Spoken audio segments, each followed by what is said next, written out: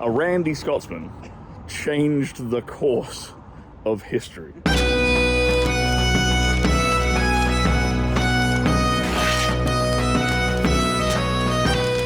So this statue behind me is the statue of King Charles II. But the funny thing about this statue, right, he looks like a bloody Roman soldier. You look at it and you're like, oh, is that Julius Caesar? And you come up and you look at the inscription, it's actually King Charles II. The reason that this statue looks like this is because he'd been in exile. King Charles II had been in exile for like 30 years because his dad was, like the previous king, got killed. Oliver Cromwell took power. No one had a clue what he looked like. So they thought, oh, well, we need to build a statue of him. They're like, oh, well, let's just make him look like a Roman general. And so, ta-da, that's what the Scots did for King Charles II statue. Here we have a very typical Scottish tradition of putting traffic cones on top of statues' heads. So this statue behind me is for Wojtek, who was a Polish bear that actually served in the Polish army during World War II. He used to smoke cigarettes and drink whiskey or whatever alongside his soldiers. Once they were done with World War II, he didn't really have anywhere to go. So he actually ended up in Edinburgh Zoo, because that's where they have a monument to it right here. Here we have William Wallace, and here we have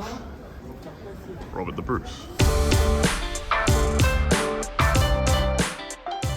So behind me I've got Edinburgh Castle. Robert the Bruce took this. The way he did it though was very, very ingenious. So he went down into the town in Edinburgh and he offered a reward for anyone who could scale the castle walls. And one man came forward, and turns out that man used to actually live in the castle. And what that man used to do is he used to escape in the middle of the night and climb out down the castle walls to go see his missus, or to go see the lady he was courting, the lady he was wooing, shag her, and then come back, scale back up the walls again and back into his bedroom without anyone knowing. So he came forward to Robert the Bruce and he said, look, I can get in and out of there, no problem. I've been doing it my whole life. So that man helped lead a party of, what you might call like commandos or whatever, up the tower walls as the other part of Robert the Bruce's forces attacked from the other side, and they eventually took the castle. A Randy Scotsman changed the course of history. So your sex drive is not necessarily a bad thing, fellas.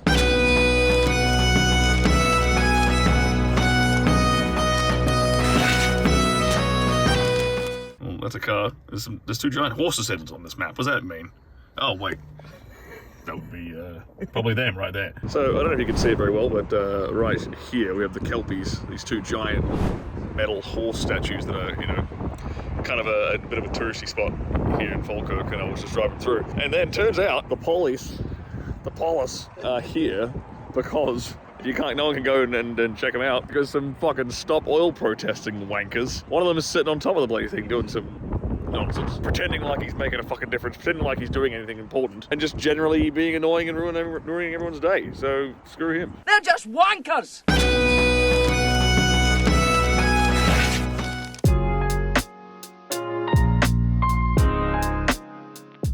Passing through Scotland, couldn't help but stop in the town of Stirling, and this is Stirling Castle. So I'm going to have to take some inspiration from this place, but I don't know. So behind me is Loch Lomond, which is the largest freshwater lake in all of Great Britain. While I'm here, I want to talk about some historical inaccuracies with the movie Braveheart that Mel Gibson did. Mel's forgotten all about it, apparently. That's what drinking does. So for a start, William Wallace was more like a nobleman.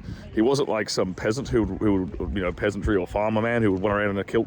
He would be wearing like a full suit of armor. He was like basically Scottish nobility. So the way they portrayed him, the way he was dressed and stuff, very inaccurate. He'd be riding a horse and stuff. Apparently his accent is absolute trash, according to local Scots. He didn't just like start rebelling out of nowhere after they killed his wife. So he would actually ambush like British garrisons and British like you know, trade routes and things. He was doing that for a while before the English decided to come after him. And they came after him. They thought they had him cornered. They thought they had they surrounded his house, set his house on fire to flush him out. Turns out he wasn't even in there. His wife was though, and they burned his wife alive. That's what pissed him off. That's what really pissed him off. And that's what you know, basically sparked the story, the legend of William Wallace.